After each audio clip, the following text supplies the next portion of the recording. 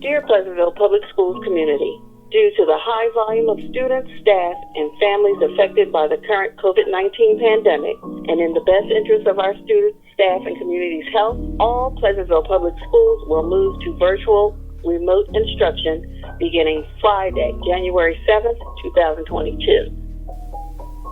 On Friday, January 7th, 2022, Pleasantville school districts packed their bags and prepared to go back home into virtual learning once again due to a high rise in COVID cases. Most of the students have already dealt with virtual learning, but to be put through it once more has students reacting differently.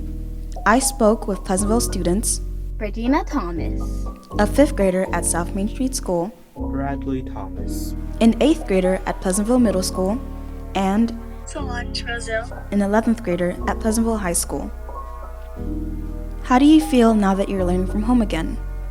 Learning from home isn't really hard. It's much easier than actual school, and we have a lot more free time.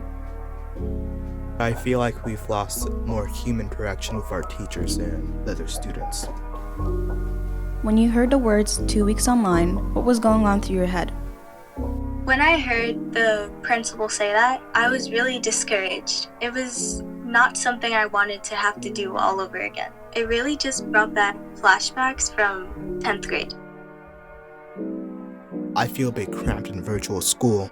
Just feels like a strict schedule. There is more room for mistakes like internet or the teacher not being able to log in due to some other reason. But with in-person, I'm able to get to more adults that could help me with things like that, with substitutes, etc.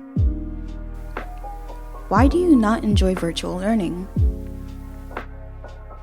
I can't work well at home. I have many things besides my schoolwork that I have to do at home. I have to take care of my sibling. I have to help my parents around the house. And sometimes those things get in the way of my schoolwork. So virtual learning was really hard for me and I don't like it. To get a broader understanding of how virtual learning affects students and staff, I spoke with Alyssa Pickett, one of the guidance counselors at ACIT. It's very tiring trying to keep track of when students are out, when they're coming back. My email's constantly blowing up. I'm constantly blowing up teachers' emails, so it definitely is a little bit more hectic than what we've seen in the past. What advice would you give to students that are currently virtual? The only best advice that I can give is make sure that you are trying to log into your classes, you are trying to keep up with your assignments. The more open and honest you are with your teachers, the more willing they are to help you. It has been 3 years since the COVID-19 pandemic started, and we have yet to fully adapt to this new reality with virtual learning. It has its pros and cons, but we have to understand that it's only done for the safety and concerns of students and teachers.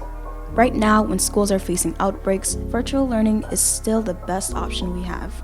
Maybe one day we'll find another option that best serves the needs of students and staff.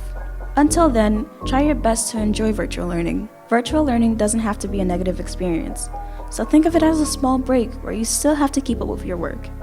Reporting for The Pursuit and Red Hawk News, I'm Britney Thomas.